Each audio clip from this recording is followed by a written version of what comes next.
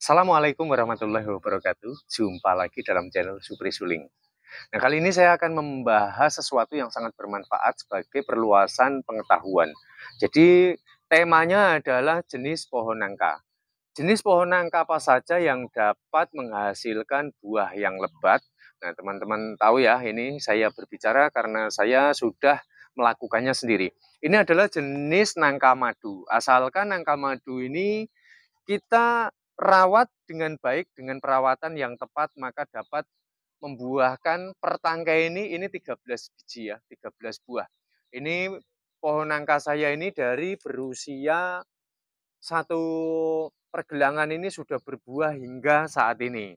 Nah, jadi yang pertama adalah pohon nangka madu. Ini dapat memiliki buah yang sangat lebat. Dan yang kedua adalah jenis persilangan antara nangka dengan cempedak. Lihat, seperti ini ya. Jadi dia batangnya ini, lihat, pergagang seperti ini, dia akan dapat menghasilkan hingga belasan, bahkan bisa 20 ini per gagang. Jadi seperti ini, istimewanya ini di ujungnya dia akan mengeluarkan buah yang baru. Nah, sampai dia total keseluruhan jumlahnya ini dari belasan hingga 20-an, bahkan terkadang 22 per gagang. Nah, bibitnya ini mudah sekali didapatkan, mungkin di via online atau mungkin di pertanian yang Anda percaya.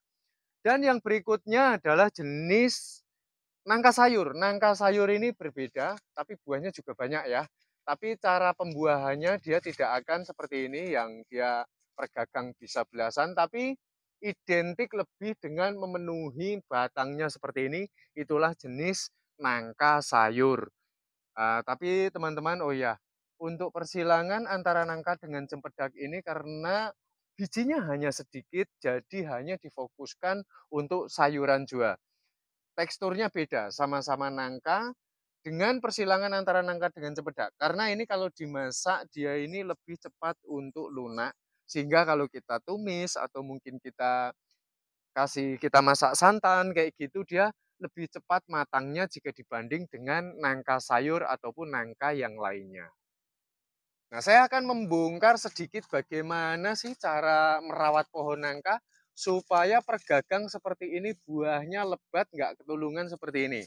Jadi teman-teman harus tahu bahwa pohon nangka ini adalah kaya akan getah. Jadi tingkat kelembapan di media tanam seperti ini haruslah tetap selalu terjaga. Lihat, tekstur tanahnya selalu lembab ya. Jadi yang teman-teman dari dulu mengikuti channel saya pasti sudah tahu dengan pohon nangka ini. Lalu yang berikutnya adalah tingkat kegemburan media tanam.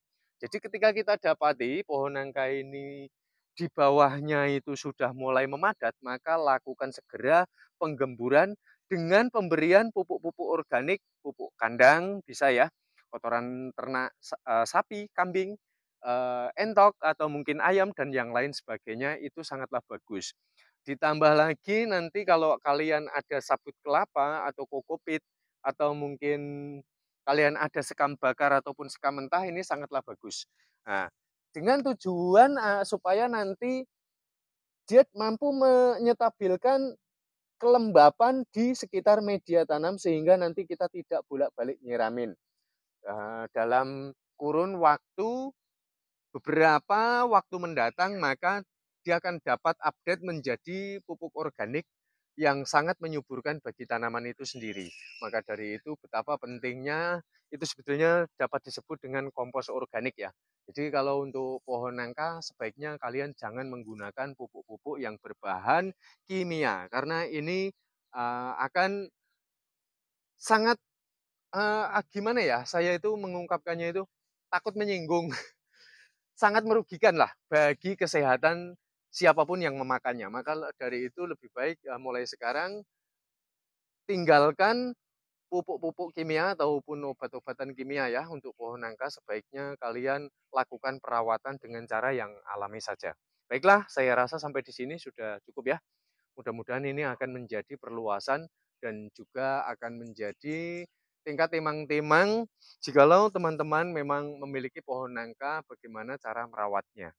Baiklah kita jumpa pada tutorial selanjutnya.